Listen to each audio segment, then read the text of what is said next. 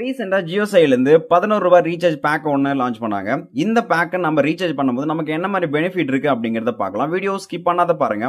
மறக்காம இந்த வீடியோக்கு லைக்கும் நம்மளோட சேனலை சப்ஸ்கிரைப் பண்ணி வச்சுக்கோங்க. இந்த பிளானை நீங்க ஜிபே, போன்பே, பேடிஎம் எல்லா யூபிஐ ஆப்ல இருந்து ரீசார்ஜ் பண்ணிக்கலாம். ஜியோ ஆப்ல இருந்து ரீசார்ஜ் பண்ணிக்க முடியும். இந்த ஒரு பிளான் பாத்தீங்கன்னா அடிஷனலா டேட்டா உங்களுக்கு வேணும் அப்படிங்கிற பட்சத்துல மட்டும் நீங்க இதை ரீசார்ஜ் பண்ணிக்கோங்க.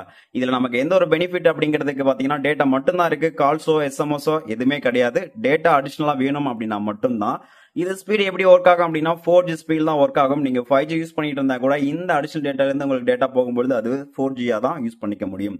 இப்போ நீங்க இந்த ஆப் ஓபன் பண்ணிட்டு நீங்க ரீசார்ஜ் பண்ணலாம் அப்படின்னா நமக்கு ஃபர்ஸ்ட் நமக்கு அன்லிமிட்டட் டேட்டா கொடுத்துருப்பாங்க. ஆனா அது கிடையாது. ஜஸ்ட் நீங்க டேப் பண்ணி உள்ள போய் பார்க்கும்போது தான் தெரியும் உங்களுக்கு இது 10 GB டேட்டா மட்டும் தான் வந்து கொடுப்பாங்க இந்த பிளான்ல. அன்லிமிட்டட் அப்படிங்கிறது ஜஸ்ட் முன்னாடி ஷோக்கு மட்டும் தான் காட்டிட்டு இருக்காங்க. இது பாத்தீங்கன்னா பேக்கோட வேலிட்டி அப்படிங்கிறது 1 hour மட்டும் தான் நீங்க யூஸ் பண்ணிக்க முடியும். 10 GB அந்த 1 hourக்குள்ள 10 GB காலி ஆயிடுச்சு அப்படின்னா அது 64 ஸ்பீட்ல நமக்கு ஒர்க் ஆகிட்டு இருக்கும். ஐ மீன் 64 kbps ஸ்பீட்ல ஒர்க் ஆகும் அப்படிங்கறதையும் மென்ஷன் பண்ணிருக்காங்க. அடிஷனல் டேட்டா வேணும் அப்படிங்கறது மட்டும் தான் இதை வந்து சூஸ் பண்ணிக்கோங்க. ஏன்னா எந்த ஒரு கால்ஸும் கிடையாது. வெறும் டேட்டா மட்டும் தான் யூஸ் பண்ணிக்க முடியும் இந்த ₹11 பிளான்ல.